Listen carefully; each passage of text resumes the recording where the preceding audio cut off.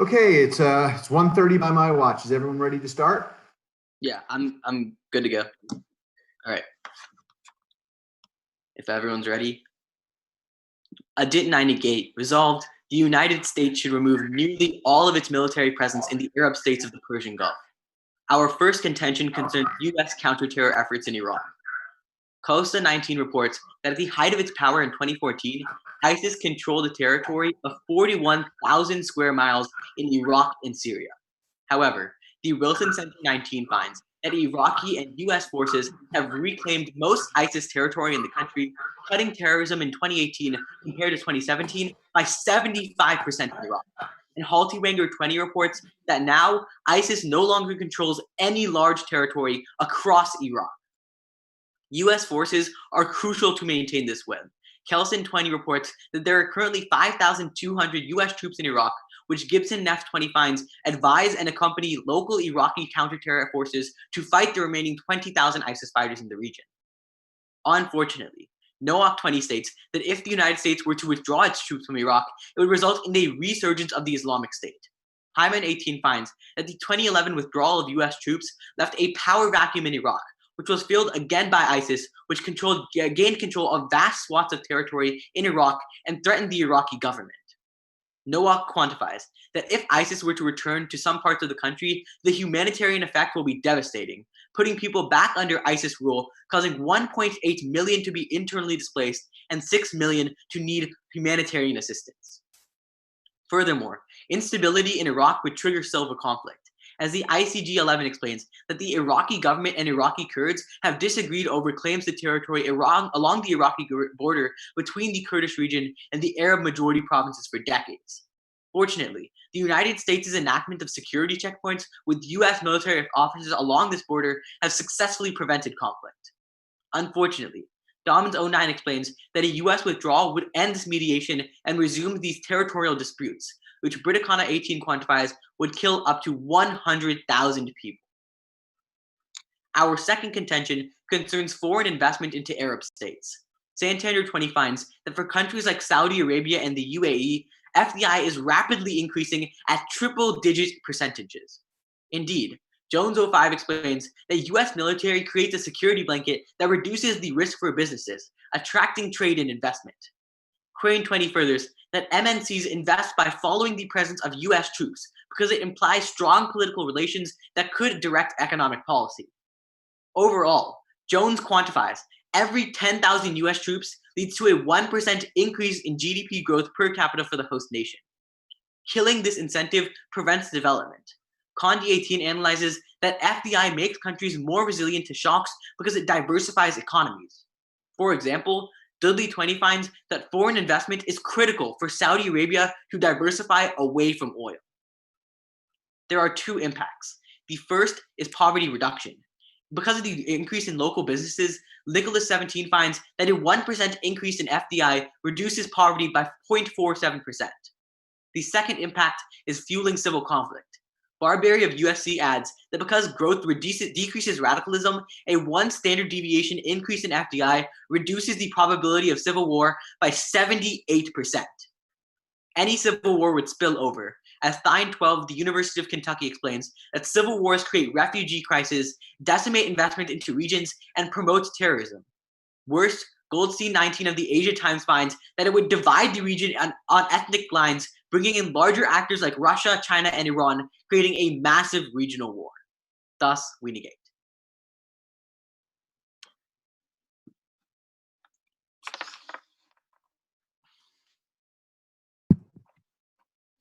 Couple pieces of evidence I would like to see. So first, I want the impact on terrorism. 1.8 million displaced, like however many million need humanitarian aid. Mm-hmm. Second, I want the Dong 09 evidence about mediation. Mm-hmm. And lastly, I want the uniqueness on FDI, like FDI is up right now. Got it. Thanks. Ronick, I can get the first two, just get the third one. Okay.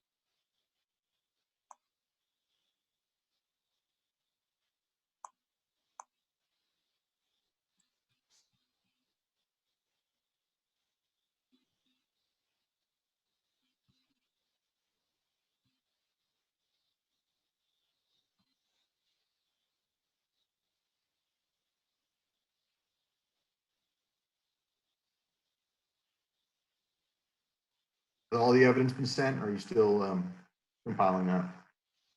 The first two have been sent. Ronick, are you still looking for the third? I said, yeah. All of it. All three have been sent. Okay, very good. Just confirm when you guys received it and if you need to start your prep time. I think you're muted. Sorry. We got them. I'll just read case though. Everyone good?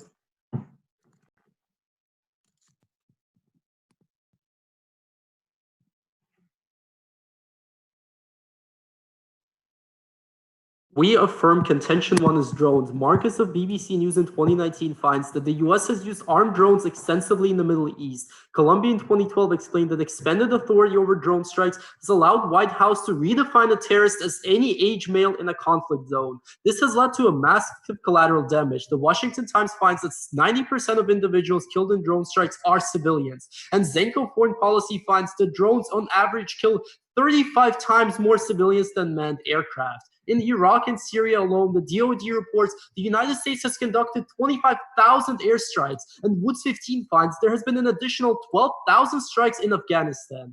Foreign Policy concludes that on average, 8 civilians die in each drone strike, while Shariah of the Journal of Civil and Legal Studies concludes drone strikes have displaced 2.3 million people in Afghanistan. Contention 2 is sending a signal. Bando 18 writes, for the past 4 years, Saudi Arabia has been waging a brutal campaign in Yemen that has gone nowhere and resulted in countless civilian deaths. The US has given Saudi Arabia a blank check, enabling it to continue the killings without any constraints. Bazi 18 explains that Saudi leaders want a clear-cut victory in their regional rivalry with Iran, and they have been emboldened by the Trump administration's unconditional support to stall negotiations. Saudi Arabia and its allies are more likely to accept a peace process if it is clear that the United States won't provide the military assistance required to keep the war apparatus going. The only way to end the war is to utilize American leverage over Saudi Arabia. The Saudis rely on the US alliance to protect them from Iran. Christoph 18 confirms that they buy our weapons because they come with an implicit guarantee that we will bail the Saudis out militarily if they get in trouble with Iran. Saudi Arabia's armed forces can't even defeat a militia in Yemen. So how could they stand up to Iran? That's why we have leverage over Saudi Arabia. We know that the Saudis respond very strongly to US pressure. Niarchos 18 writes that it's no coincidence that the humanitarian crisis in Yemen fell off a cliff when Trump entered office and made protecting Yemen not a priority. We also know that the increase in international pressure on Saudi Arabia following the Khashoggi murder has some positive effects, but the United States need to step out for the Saudis to fully change. Parsi 20 finds that after Trump declared his intentions to pull troops out of the region, de-escalation followed. Parsi quantifies that Saudi Arabia began exercising diplomatic options, leading to an 80% reduction in Saudi-led airstrikes and no Yemeni deaths in the following weeks. However, so long as Riyadh can count on a blank check from Washington, the kingdom has no reason to temper its policy. The impact is saving lives. Constant fighting and airstrikes in Yemen have left civilians caught in the crossfire. The Guardian concludes that the crisis has resulted in at least 100,000 deaths, and Foreign Policy writes that 8 million civilians are facing famine and more than 22 million people are in need of humanitarian assistance. Contention 3 is authoritarianism. The United States military presence props up authoritarian regimes. The Huffington Post explains authoritarian leaders often capitalize on the base presence to extract benefits or help ensure their own political survival. The Business Insider furthers, the United States often simply gives money to authoritarian leaders that advance U.S. interests. Within the Persian Gulf, Vine of Alternate reports U.S. bases offer legitimacy to authoritarian regimes in 5 states. For example, Vine continues that the Obama administration offered only mild criticism of the Bahraini government when its leaders violently cracked down on pro-democracy protesters. The impact is GDP growth. Authoritarian states tend to provide the impoverished with inefficient public goods that lock citizens into generational poverty. Empirically, a UN report found that in Saudi Arabia, over 2.4 million citizens are living in poverty with inefficient food programs and the lack of coordination from the government. Science Daily finds countries switching to democratic rule experience a 20% increase in GDP, which is why Isaac and I are proud to affirm.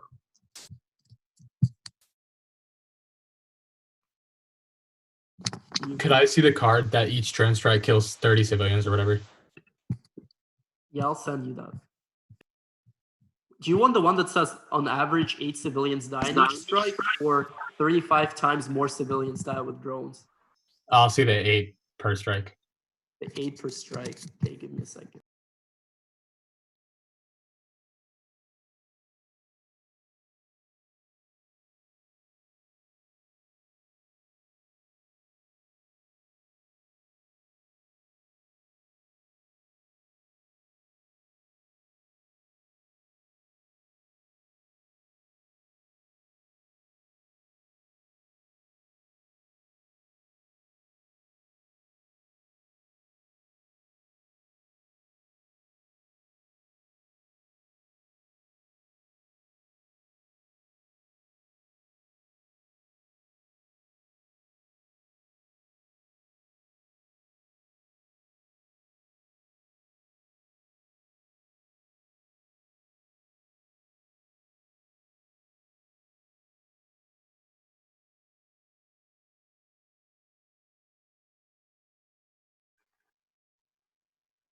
Have you sent that evidence over?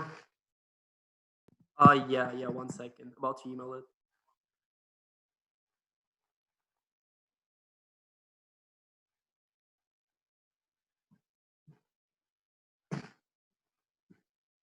Saratoga, when you guys receive it, please confirm. And if you Yeah. want to, Got it.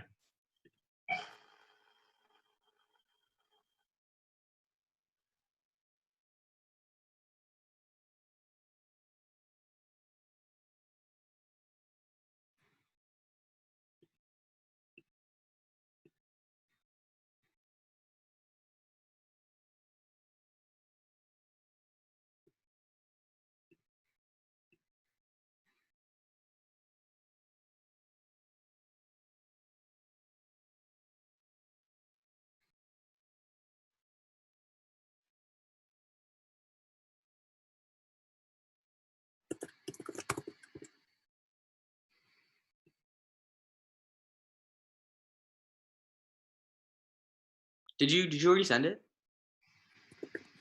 Yeah, check if you got it. I haven't gotten it. Yeah, me neither. Something wrong with my email. I mean, I'll just wait. Yes. Okay, I got it now. Oh yeah, I got it. We'll start prep. very good.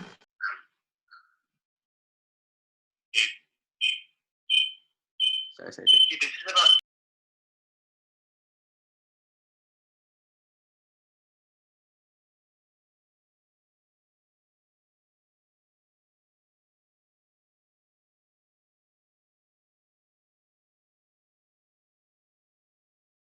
That was 20 seconds. You ready for crossfire?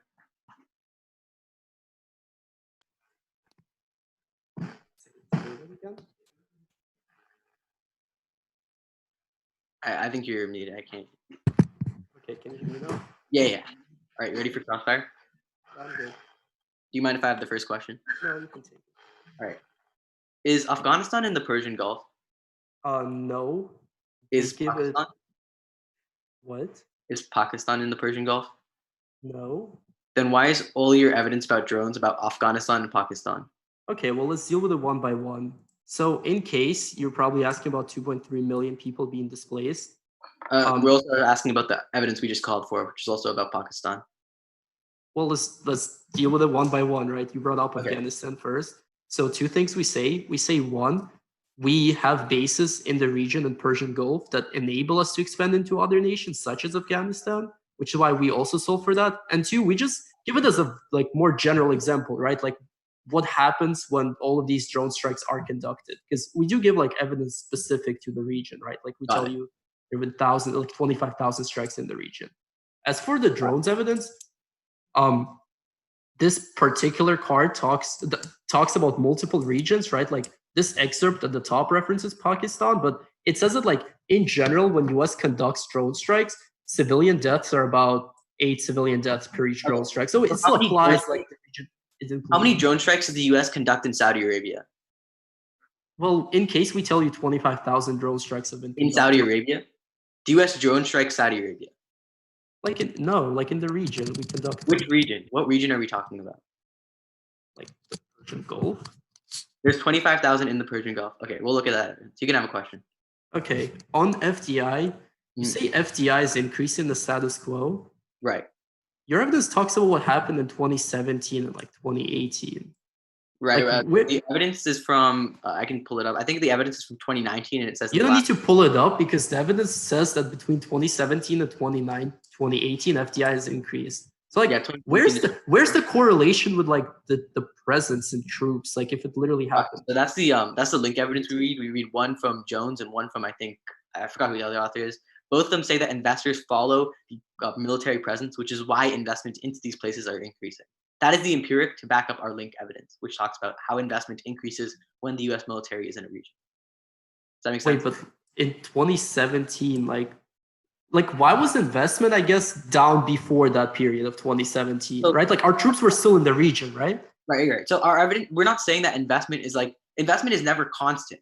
The reason that investment keeps increasing and continually increases is because of U.S. military presence. Well, that's not true because I read the card you sent, and it says that before 2017 and 2018, there was like a massive like decline in FDI. So I'm confused as to how your links can be true if we were in the region and FDI was dropping beforehand. Explain that. So the comparative is not between the comparative is not 2017 because there were internal reasons why before 2017 investment. So like alt cause, right? So it's not because of the military. Can I answer your question? Yeah. Without U.S. presence, that decline would have been even lower because investors would not have invested in Saudi Arabia without the security. Does that make sense? Trying to wiggle out of the debate, but yeah, it's time.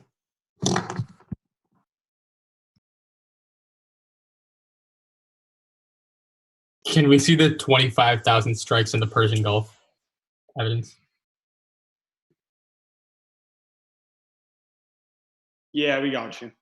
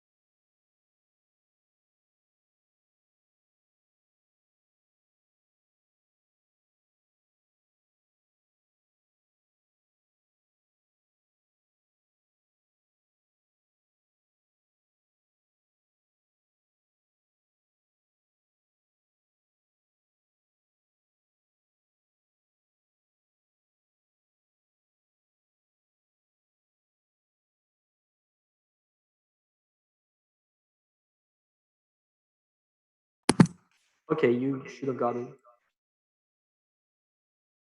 You know if you have. I haven't gotten yet. It's probably coming through. Okay, I got it just now.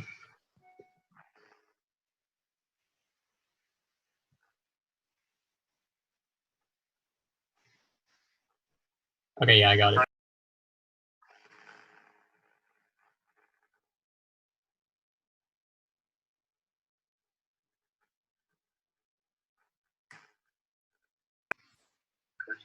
Yeah. Is everybody ready? Can everybody hear me? Judge, ready? Everybody's ready? Okay, cool. Let's start on their first contention. They make this argument that the United States' use of drones in the Middle East is bad. 3 key responses here. First, Surly 18 finds that in December 2014, the United States conducted 25 strikes in the Persian Gulf. However, unlike my opponent's argument, we only saw 0 to 2 civilians killed. That's because, A, the evidence that they sent us about how 8 civilians are killed per attack studies data sets from 2004 to 2012. Our data is far more recent, analyzing the biggest advancements in terrorism in drone technology, and finds that for every 25 strikes, we see at most 2 civilians killed in the collateral damage.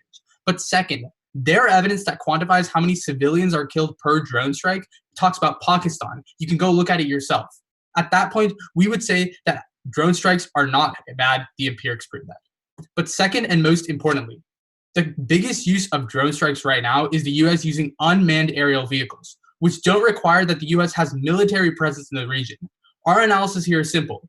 even if you affirm and withdraw military presence from the region, the United States can still use unmanned aerial vehicles to strike. But third, American drones are far better than any other military weapon used by other countries to combat terrorism. Salaton explains that compared with airstrikes and other military tactics used, drones start comparatively kill less civilians. If the United States decreased its efforts in the Persian Gulf to combat terrorism using things such as drone strikes, other countries would come in to fill the void. For example, Russia. We tell you that empirically, those actions lead to an increase rather than a decrease in civilian casualties. Now, let's go to their second contention about sending a signal. They make this argument that by withdrawing military presence, that will somehow give us leverage to push Saudi Arabia to the negotiating table to end the conflict in Yemen. However, the opposite is the case. Jewel 20 writes that U.S. military presence gives the U.S. leverage to bring the country to the negotiating table. The logic here is really simple. If we have military presence in the region, we can always tell Saudi Arabia, hey, if you don't comply with what we want, and if you don't engage in negotiations, then we'll withdraw our military presence, thereby giving us leverage, and the threat of taking it away is what gives us that leverage. However, if you vote aft and withdraw military presence, we destroy this leverage and prevent any possibility of bringing them to the negotiating table. We say that empirically, this has worked. But second, Cropsey says that if the U.S. were to pull out, this would both A, embolden the Houthis, who are the Yemeni rebels fighting in the civil war right now, because they feel that if the U.S. is no longer backing Saudi Arabia, they can come in and take over. But B, and more importantly, it would embolden Iran to continue backing the Houthis to fight in the Yemeni civil war. Logically, if Iran and the Houthis feel that no one is opposing them, then they'll feel more emboldened to continue doing what they're doing and continue fighting the war in Yemen. All we do is embolden our allies. We do not stop them by voting out. Finally, on their third contention, all about authoritarianism, they say that the U.S. props up authoritarian regimes. Let's dive deeper into the nuances. The first argument they make is that the U.S. gives them money. Even if we withdraw military presence from the region, there is no reason why we can't continue giving money to these regimes. So if my opponents are correct and the U.S. does prop up these regimes with money, recognize that happens either way. Voting affirmative does not solve this problem. All it does is get rid of the troops. But second, we would say that voting affirmative only makes this worse. Without U.S. presence in the region, A, we lose leverage to force these authoritarian regimes to reform. But second, and more importantly, if these authoritarian regimes continue to oppress their people, there is no way for the U.S. to stop and intervene in the conflict if there's no military presence. The analysis here is really simple. Either way, these authoritarian regimes are going to be authoritarian. At best, you vote for us to ensure that the U.S. can stop it if that ever turns into something bad and harm on the people. Thus, vote nay. We're going to run prep. Start now.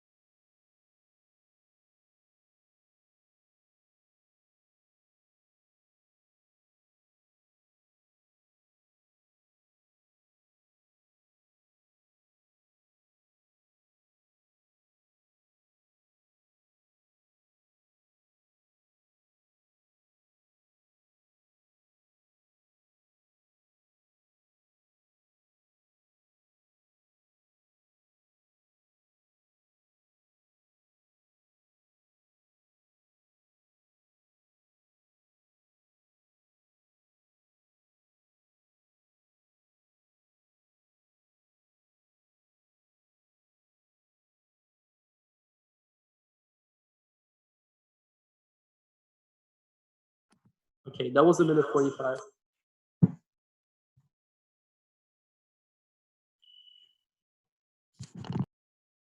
Okay. Just going to be responding to what he said in rebuttal, then on to our case. Is anybody not ready? Thumbs up. Okay, thank you guys.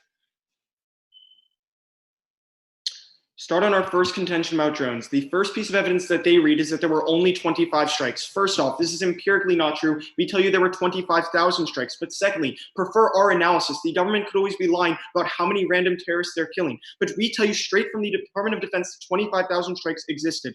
Then they say that it only kills 0 to 2 civilians. But our McCleary evidence explains that obviously they're not killing them civilians because they redefined what a civilian and a terrorist is. To now every male person who is in these regions is considered a terrorist. So obviously we're killing less civilians because we're killing civilians who we call terrorists. But moreover, then they say our evidence about Pakistan. It doesn't matter. The analysis is true that the drone strikes are killing 10 people every single time they go out. Then they say Russia is going to fill in. But realize Russia has no incentive to fill in the first place because they are allies with the people that we are bombing, for example, Iran. Then they say that the drones are not manned by any people. They read some definition about UAVs, but realize that this doesn't actually account for our analysis because even if they're unmanned definitionally, there are still people controlling them at the military bases. And if the military base doesn't exist and we remove all of our armed forces from the military base, then there's literally no way to conduct these drones. Look up the definition. Then they say drones kill less people, but they don't provide a warrant. We tell you because they define everyone as a terrorist. They kill 35 more civilian deaths, which is the most important impact. With that, let's go on our second contention about the Saudi Arabian relation in Yemen. The first thing that they tell you is that U.S. is really important to resolve this crisis because we use leverage to negotiate the battle. But two things. First off, we're literally not doing that. Millions of people are on the brink of death right now, and the United States hasn't leveraged anything. They're all about to die. But secondly, they say that we can use our arms and our military as a threat. But the threat doesn't come to life if we don't actually change anything. The way that we actually change leverage is by removing our military presence and threatening the nation right now. Then they say two more things. The first is that it's going to embolden the Houthis. But the Houthis literally want peace. They called on Saudi Arabia to stop doing the airstrikes. But because they never ended, the Houthis had to retaliate. Then they say that Iran backs the Houthis. Two things. First off, Iran literally only joined the crisis because it became a US-led coalition in the region, and they don't want they don't want Western imperialists taking over their region. But secondly, the Houthis only want peace. Even if Iran pushes for war again and again, the Houthis just want their land in the region. That's why they rebelled in the first place. Then they read two reasons for leverage. I've already responded to that on our third contention. With that, let's go on their case. Start at the top about terrorism. Shigman explains that even if you stop one terrorist group right now, because they're very decentralized, they end up splintering into smaller terrorist groups. And Clark explains that these splinter groups are far worse for the region because there's no way to actually control them.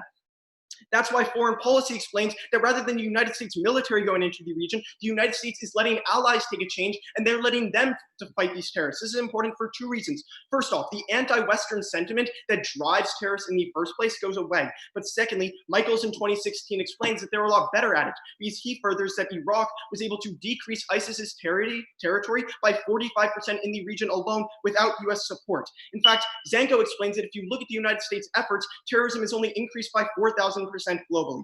Then they read some argument about the Kurdish territory, but realize that nations are going to oppress the Kurdish people no matter what. But Zenit explains that the Kurdish forces are literally working with the Iraq prime minister now to defend them anyways, so there's no threat on the terrorists if the US military leaves. With that, let's go on their second contention about foreign investment. First off, CNBC in 2019 explains that due to the Jamal Khashoggi killing and the Yemen war, FDI into the region has fallen proportionately, and that never goes away. But you can look at their evidence to disprove this link because it literally gives alternative reasons for why the FDI is going into the region that's not military presence. Moreover, if you go to both of their impacts, they don't diversify oil. Gaffney explains that the United States would never let them diversify oil because they're so dependent on the United States. And on their impact about war, rebel groups don't care about the FDI. They care about their goals. That's why we're very proud to affirm.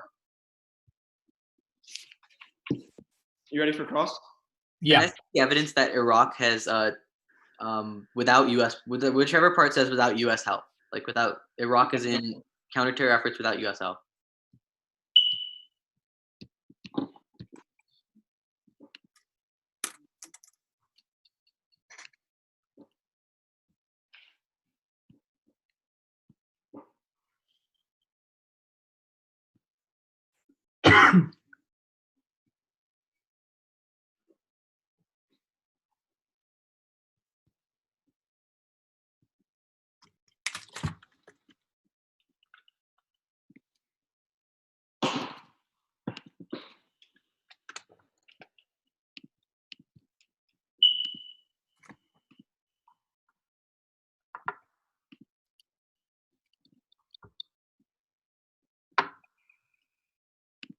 Yeah, just let me know when you get it.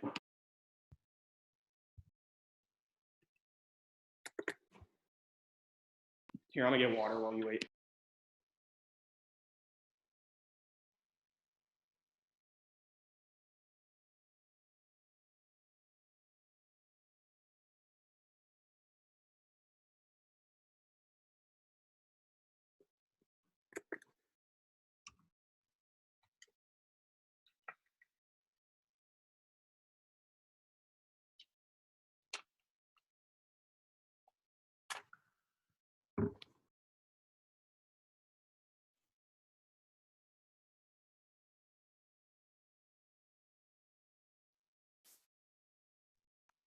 I still haven't gotten. Did you?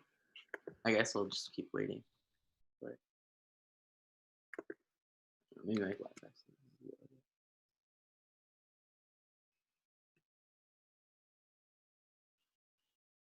I haven't seen it yet either.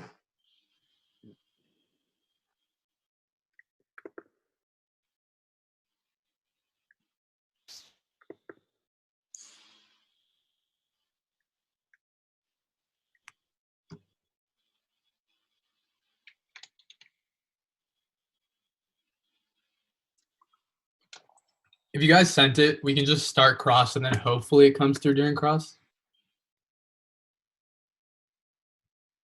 So I want to do that. I'll just keep on checking it. Like, I think it just had bad connection, so I'll send it again. Do you want to like wait? Because it'll only take 5 seconds. Yeah, sure.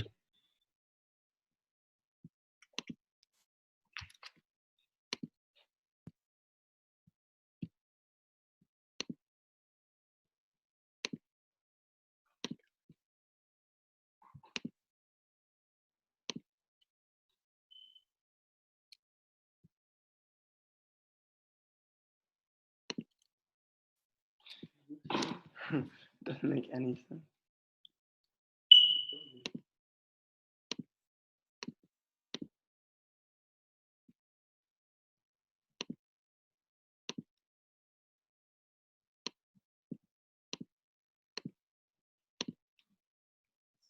You did. Thank you. Okay, I sent it. He was struggling. Thank you, guys. Okay. You ready for cross? You can have the first question. All right. Yeah. Can you hear me? Yeah, you're good. Okay. So on your second contention, you say that the Houthis want peace. Who started the Yemen conflict? Well, the Houthis started the Yemen conflict because they were rebels in the region who were stripped of all of their autonomy and all of their land. Got it. You can take a question. Okay. On your case about terrorism, just because ISIS has fallen down in the year 2019, haven't they fallen down before and just recovered the next year? No, the only times we've seen recovery in the last decade are times such as 2011 when the U.S. pulled out. You know, like, for example, terrorism fell in 2018, and then in 2019, they saw a much bigger grasp of land. Like, to start off 2020, they even took more land than Iraq. It's still on an overall downward trend. Like, I agree, sure, there's maybe some sort of like up-down movement, but overall, it's on a downward trend when the U.S. has presence. On the other hand, what evidence? The U.S. pulls out. Sorry, what evidence do you read that explains that on a general trend, looking at the past 10 years or so, we've seen a drop in terrorism? I mean, that's our analysis based on the warrants we read for why counter-terror operations are good. The one piece of evidence we read. Yeah, that's the rest of the evidence talks about the other years too. If you want to look through it, you can just click the URL. Can I take a question though? Yeah. So, is the U.S. attempting to exact its leverage to stop the conflict in Yemen right now? We would say no. Okay. So, if insofar as the U.S. is not doing it right now, why did they suddenly have a huge paradigm shift and then start doing it in your world? Our argument is not that the United States is going to be out there fighting for peace in the region. We understand. That's not my question. So, Well, I don't think that the United States would ever go out for peace. Our argument is that Saudi Arabia, according to the Baazi evidence, would look holistically at the war, and without the U.S. support, they can't sufficiently sustain it in the long term. So they would look towards peace. So they believe that right now the war is sustainable in the long term.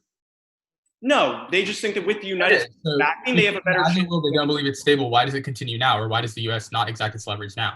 Well, if you look at the general trend of Saudi Arabia in the foreign relations, when the United States troops pulls out, according to the Parsi evidence, we've seen a strict drop in strikes in all of these other conflict regions because they don't have the confidence from the United States and the U.S. security. When did the U.S. pull out its troops? We've had like small pullouts every once in a while. That's what it analyzes. Yeah, like, so when was 10,000 troops from the region. That'll analyze that. When? I don't know. Call for Parsi. I'm sure he gives a few examples. I mean, you're making this argument. In 2010, we pulled out troops. I mean, when it happened. Like, I can list off examples of times we've pulled out troops, but that's not going to change anything. The Parsi evidence looks at one specifically and found that airstrikes and all of these other strikes decreased by 80%. Yeah, but I'm wondering if that's specifically causal to U.S. troops being pulled out from like. Yes, it is. It's specific to U.S. troop pullout. Okay, you can take a question. Yeah, let's talk about FDI. So at the point where all of your evidence agrees that the FDI that goes into the region is due to like political instability and like oil prices, specifically oil prices is what it says. FDI comes in for a multitude of reasons. That doesn't mean that the U.S. presence is not one.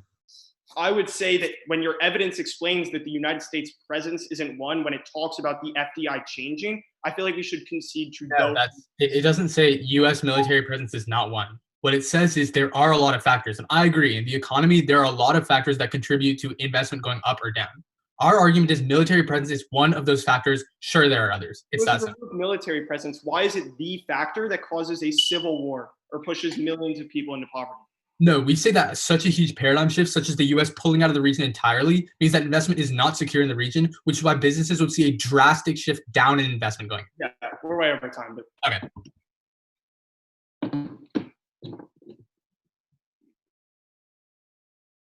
Is everyone ready? All right, I'm going to start on our case and then go back to theirs. Let's start on our argument about counterterrorism. What we explained from the Wilson Center is that U.S. forces and Iraqi forces have reclaimed most ISIS territory in the country, cutting terrorism by 75%. They give a couple of responses. First, they talk about splinter groups. The only time splinter groups happen is when the U.S. pulls out of a region. For example, the formation of ISIS happened when the U.S. pulled out. That's when these splinter groups happen. On top of that, they can't even tell you what these splinter groups are. Where are these splinter groups from ISIS forming? So you can't vote on this argument. Then, their second response is that allies are much better. We agree with this. That's why our own argument from Gibbs and Neff says that U.S. troops in Iraq are what allow Iraqi troops to counter terrorism because they give them intelligence and training. Their own evidence talking about how Iraqi forces are crucial to counter-terrorism efforts talks about how they're supported by the coalition that is headed by the United States. U.S. forces are key to allies' counter-terrorism efforts, which means that on net, you are going to need U.S. presence in order to counter terrorism. This is really important because the NOAC evidence says that if the U.S. was to leave the region, there would be an ISIS resurgence that would displace 1.8 million people and create 6 million people who need assistance. This is going to outweigh their argument for a couple of reasons. First, because it is much bigger than any of the impacts that they talk about.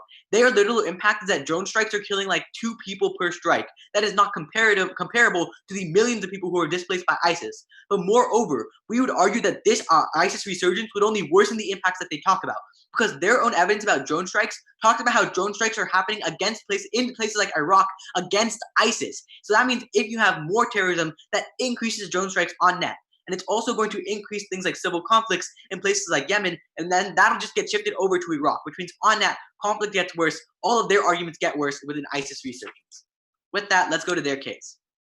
On the argument about drones, realize that UAV, unmanned armed vehicles, can be operated by anywhere. They say that there are still people in bases. But yes, but those people can be in bases in places like Israel or places like the United States. The whole point is you don't need someone on the ground in the Persian Gulf to conduct these airstrikes. But secondly, drone strikes are more targeted, which is why they actually decrease casualties. That's why the Stanton evidence says that on net, drone strikes actually kill less civilians than other airstrikes. But thirdly, their evidence for why airstrikes are happening right now, they say 25,000 airstrikes. Half of those those are in Syria, which is not the Persian Gulf, and the other half were to combat ISIS, which is no longer a threat, which means on net drone strikes aren't happening in the Persian Gulf anywhere. They have no uniqueness. Finally, on the argument about Yemen, we read you the dual evidence that U.S. military presence is what gives the U.S. leverage to force Saudi Arabia to the table. They say that this hasn't worked. That is not true. We are literally in a ceasefire in Yemen right now, and Warner says that most people predict that the war will literally end because of U.S. presence. But second, remember that the edit tells you that a pullout would only embolden the Houthis. They just say that the Houthis want peace. The reason the Houthis want peace is because they are losing. When you pull out, like what happened in 2017, where the Houthis only got more emboldened and took more land, which is really important because Beaumont finds that the Houthis are starving 16 million people. They're much worse for the war, which means on net the war only gets worse in an affirmative war.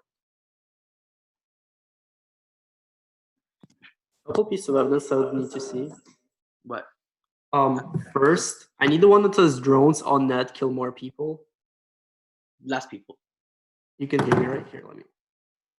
Drones kill more Yeah, people less than people. that. And Yeah. second one, Houthis, 16 million people. Yeah. Cool, thanks. I'll send the first one.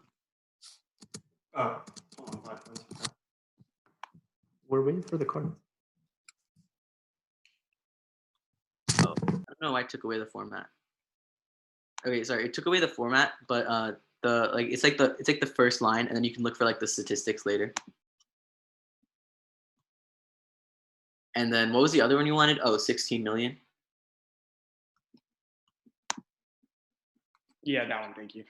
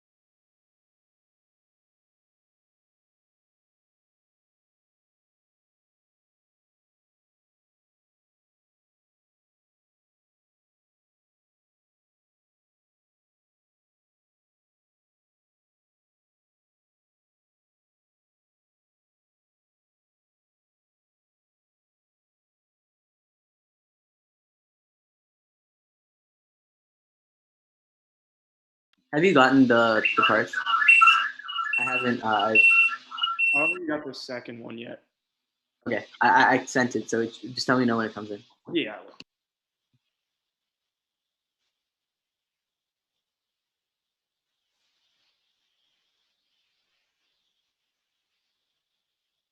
Yeah, we're starting prep now. We just got it. Okay.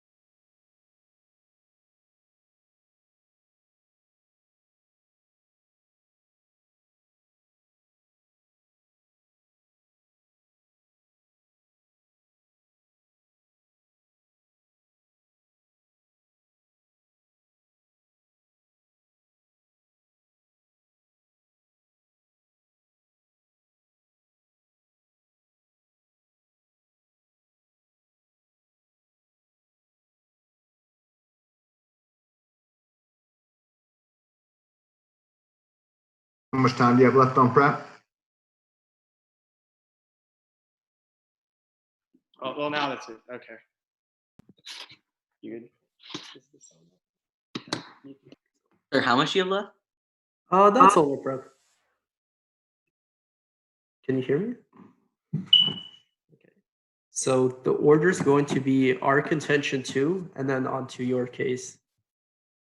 Is everyone good? On our second contention, first let's look at the region, what's going on there right now. They try to tell you there's a ceasefire in the status quo and it's working, so the war is no longer an issue. The issue with that is CNN tells you that the ceasefire that's occurring right now is because of coronavirus. Saudi Arabia said, okay, we're going to try to stop fighting for 2 weeks. Guess what the problem is? The ceasefire has already been broken, and at the point where it was only supposed to last 2 weeks, and we've had hundreds of these ceasefires in the past, and the war is still persisting. I don't think you should place your faith in this one ceasefire that's going to stop the entire war. We need a radical change, which only occurs if you vote for Isaac and I. We tell you from Bando specifically that in the status quo, in their world, United States gives a blank check. We just approve everything Saudi Arabia does, because even if we could potentially use our leverage and tell them to stop, we are not doing so. Whether it's for political reasons or economic reasons is irrelevant. All you know for a fact is right now, there is zero risk of conflict being tangibly resolved.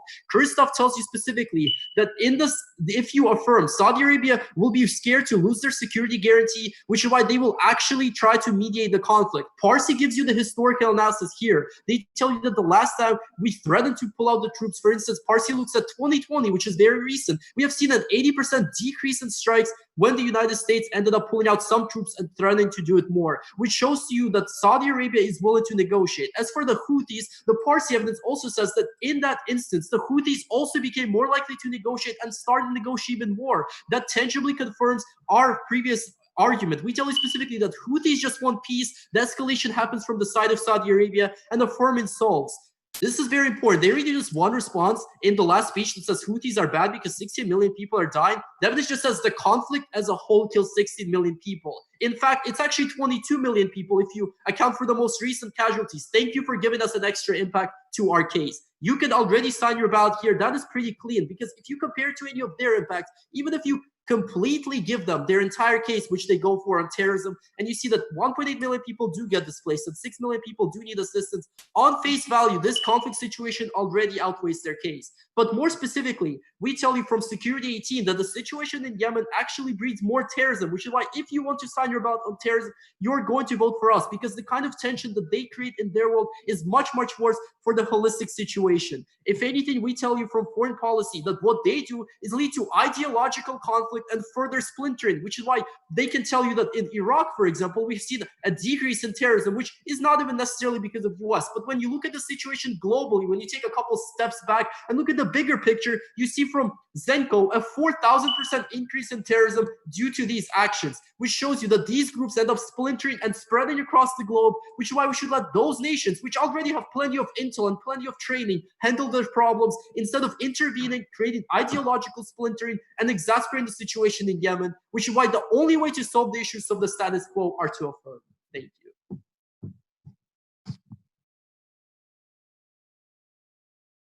guys ready for talk? Yeah. We'll use the same laptop. Okay. Ronnie, you can take the first question if you want. Great. Are you guys good if we have the first question? Yeah. Okay. So you say that the ceasefire has already been broken, right? Yeah.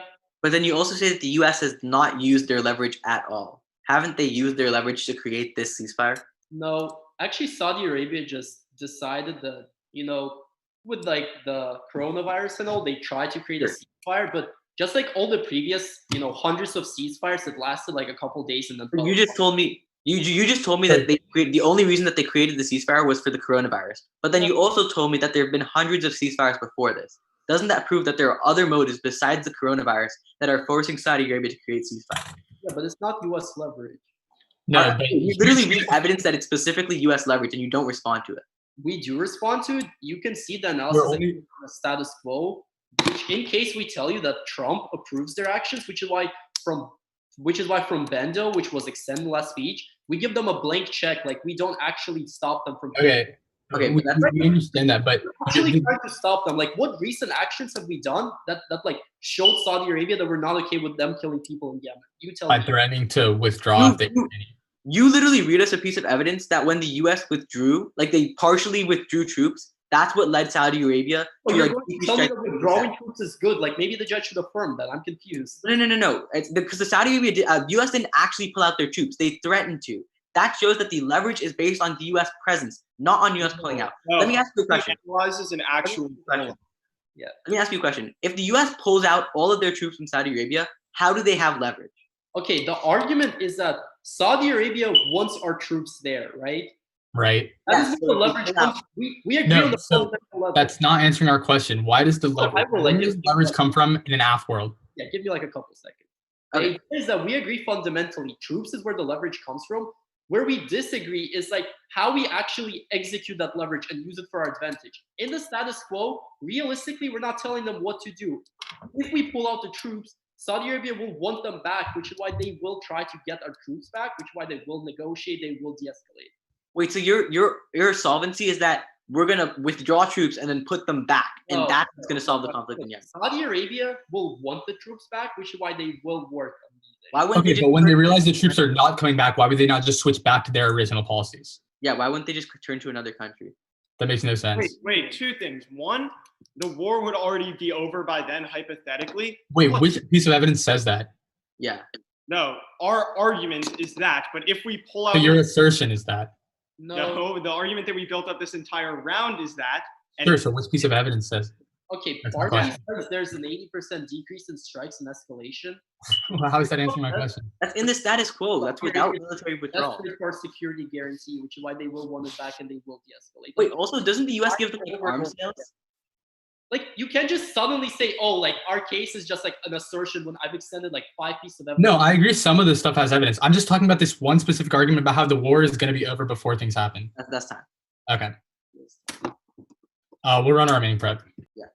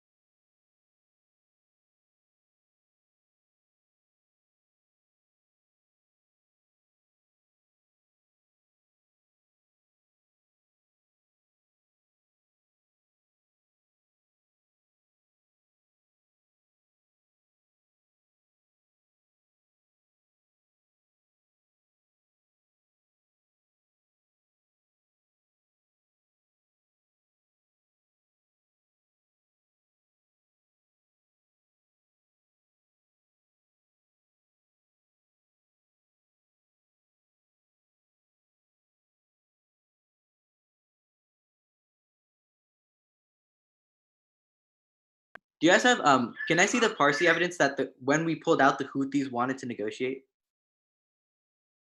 Yeah. I will send that.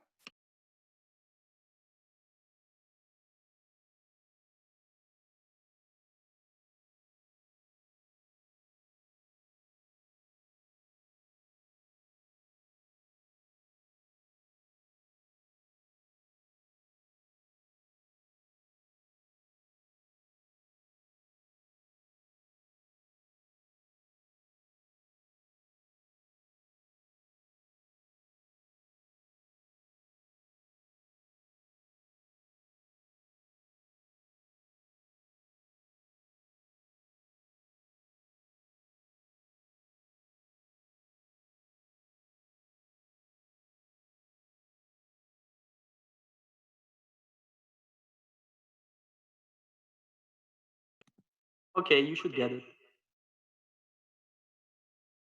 How much prep do you guys have?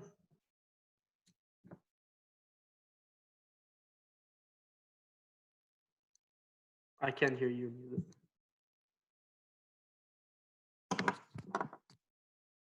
Hello? Where does this evidence talk about the Houthis? Say that again. Huh? Can you hear me? Yeah, I can hear you. Where does Yeah. that talk about the Houthis? Oh, here you should. One sec. Sure. The part about regional diplomacy. Just read that sentence. Okay, got it. It's like at the top.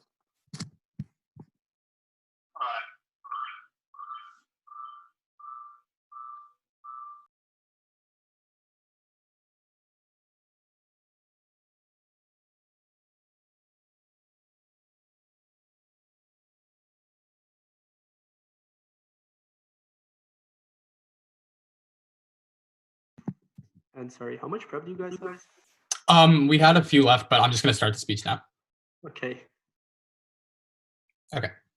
It'll start on our argument about terrorism, then theirs on the Yemen war. Is anybody not ready? Okay. On our argument about counterterrorism, the Wilson Center evidence says that the United States and Iraqi forces have been working together and reclaimed land previously reclaimed by ISIS. And the Gibbons-Neff evidence indicates that the U.S. aids Iraqi forces through training and resource support. They try to make two responses. First, they read the Zenko evidence saying that globally, terrorism went up 4,000%. It doesn't matter if globally it went up 4,000%. Our argument is just about Iraq, and the resolution is only about the Persian Gulf. Our evidence quantifies that specifically in Iraq, terrorism went down 75% when U.S. troops were there. They next make this argument that we're going to see splintering. We say that sure, even if this splintering happens, empirically it's not bad, as again, we've seen terrorism on a downward trend. Specifically in 2018, it went down 75%. The final argument they make in summary, don't let them make any new ones in final focus, is this argument that local troops can combat them effectively. But the Gibbons-Neff evidence is very specific in saying that the reason that local troops can combat them effectively is because the U.S. aids them. That's why the NOAC evidence, which I encourage you to call for after the round, is super explicit in saying that if the U.S. were to withdraw from the region, that would lead to an ISIS resurgence. Recognize that this is exactly what happened when the U.S. withdrew in 2011. We saw an ISIS resurgence, and we tell you that the impact is 6 million people being put under need of humanitarian aid and 1.8 million displaced. Prefer our argument over theirs on historical precedent, because there is no historical precedent for pullout leading to the Houthis decreasing their fighting. Our Johnson evidence says that the opposite happened. We saw the Houthis increase their fighting. Their Parsi evidence doesn't talk about the Houthis even once. It's incredibly miscut. The Yemen war only gets worse in their world. However, empirically, we tell you that terrorism has decreased. Our argument is backed up in the empirics. But let's go to their argument about Yemen anyways. First, if the U.S. were to pull out, Saudi Arabia wouldn't keep trying to get the U.S. back. They would just turn to other actors. The U.S. would lose their leverage. But second, and more importantly, the huge flaw in their argument is, even if Saudi Arabia stops fighting in their world, the Houthis, who they concede started the conflict, will be more emboldened, which is why the Johnson evidence says empirically that's exactly what happened in 2017. Again, even if they win their whole argument about stopping Saudi Arabia, they don't stop the Houthis. They only embolden them. Their Parsi evidence doesn't mention the Houthis once. Our evidence is way better. Vote neg. Thank you.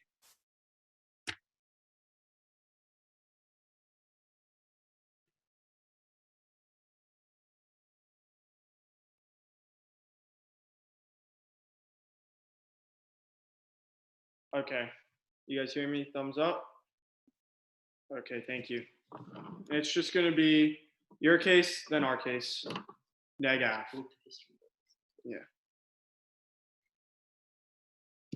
Start at the very top about terrorism. He says to look to history, let's do it. He chooses one country and tries to analyze all of terrorism. But our argument is that if you look at the historical trend over the past 10 years, not just Iraq, we've seen terrorism increase by 4,000% globally. Because just because one terrorist group falls doesn't mean that all of terrorism goes away. Because they splinter up into smaller, decentralized groups that cause a lot more havoc. He just says that local groups can't solve for terrorism on their own because they need intel. But just because you don't have intel doesn't mean you can't take down a few terrorist organizations. Our argument is because the United States is there. Nations are driven by anti-Western sentiments to rally up their terrorist forces, which is why we've seen terrorism increase globally by 40,000%.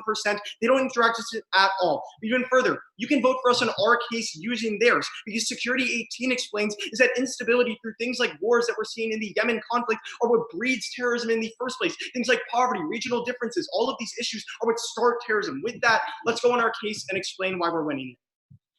Go to our second contention about the Yemen conflict.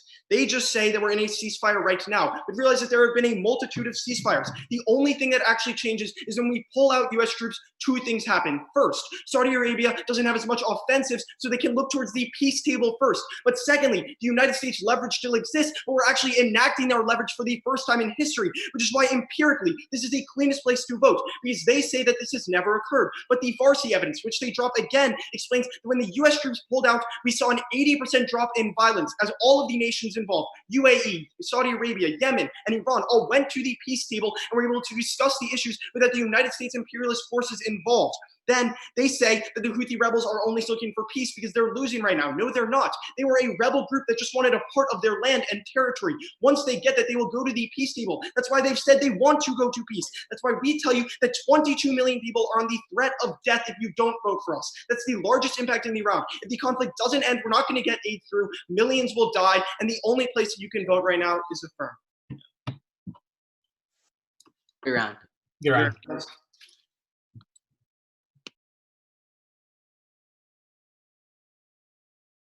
Yeah, nice job, guys. I'll get everything kind of tabulated up and in the tab room. Thanks for your time, everybody. Yep. Thank you for judging. Thank you. Thank you. Yep. I think can you just be more.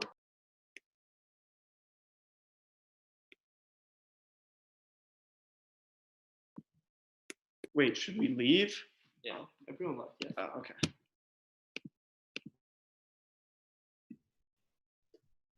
Hey y'all, can we get the debaters for round 2 on screen?